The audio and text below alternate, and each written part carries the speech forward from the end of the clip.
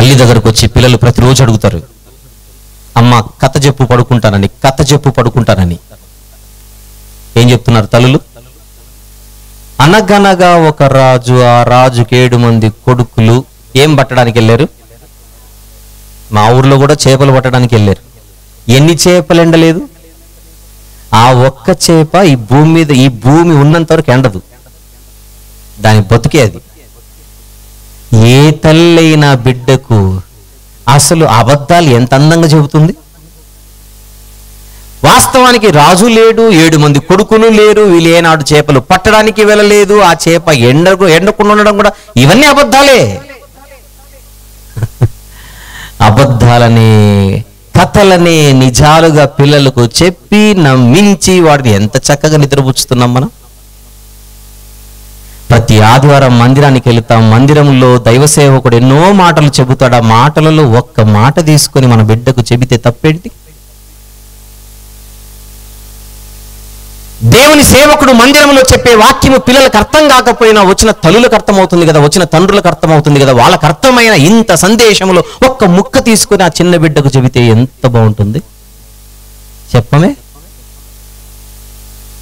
అన్నం తినకపోతే, నాన్న ఈ అన్నము దేవుడిచ్చాడు బిడ్డ, దేవుడిచ్చాడు, వద్దనకూడదు, తిననకూడదు, ఒక్క ముద్ద తిను, దేవుడు హ్యాపీగా ఉంటాడు, దేవుడు ఆనందిస్తాడని ప్రతి విషయంలో వానికి దేవుడు దేవుడు దేవుడు అని చెబితే ఎంత బాగుంటుంది. ఏ తల్లైనా దేవుని గురించి చెబుతుందా?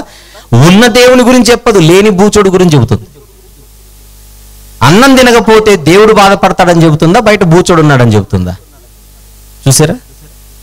మన పిల్లల్ని దేవునికి దూరం చేసేది మనమే.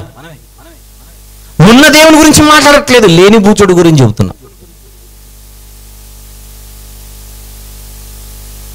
చందమామ రావే, మామ ఎప్పుడు రాడు, అమ్మ పిలుస్తూనే ఉంటుంది. 4వ తరగతిలో మా సోషల్ టీచర్ చెప్పేంత నాకు తెలియదు చంద్రుడు మా మామ కాదని.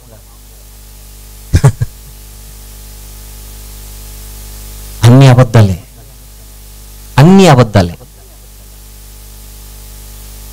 పిల్లలకు మనము కథలు చెప్పి పెంచితే రేపు పొద్దున వాడు తిరిగి మనకు కథలు చెప్తాడు. ఎరా స్కూల్ నుంచి వచ్చే హోంవర్క్ చేసావంటే, స్కూల్లోనే చేశాను మమ్మీ, అది వాటి ఫస్ట్ కథ. మరుసటి దినం టీచర్ హోంవర్క్ చేసావు చూపించని అడిగితే, చేశాను కానీ ఇంట్లో మర్చిపోయి వచ్చాను పుస్తకం అని చెప్తాడు టీచర్కి. అది టీచర్కి చెప్పే కథ. అసలు కథలు చెప్పే కళ వీనికి ఎక్కడి నుంచి వచ్చింది? అమ్మ.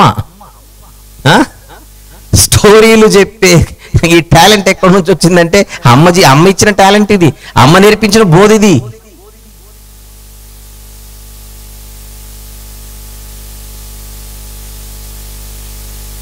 దేవుని వాక్యమందు పిల్లలను పెంచితే ఎంత బాగుంటుంది. ఆ పిల్లలకి చెప్పాలి, నాయన జీవితము చాలా చిన్నది, ఈ చిన్న జీవితంలో తెలుసుకోవలసిన ప్రాముఖ్యమైనది ఉంది, అది ప్రభువైన యేసు క్రీస్తును గురించి. ఆయన ఈ లోకానికి వచ్చి చెప్పిన మాట, శరీరము కేవలము నిష్ప్రయోజనము, ఆత్మయే జీవింపజేయుచున్నది. ఈ ఆత్మ శరీరాన్ని విడిచిపెట్టిన తర్వాత ఎక్కడికి వెళ్ళాలి? దేవుని దగ్గరికి వెళ్ళాలి. దేవుని దగ్గరికి వెళ్ళాలి. ఆత్మను గురించిన సంగతులు పసిపిల్లలకు మనం చిన్నప్పటి నుంచి నేర్పించగలిగితే అద్భుతమైన ఫలితాలు ఉంటాయని ఈ సందర్భం గుర్తు చేస్తున్నాం.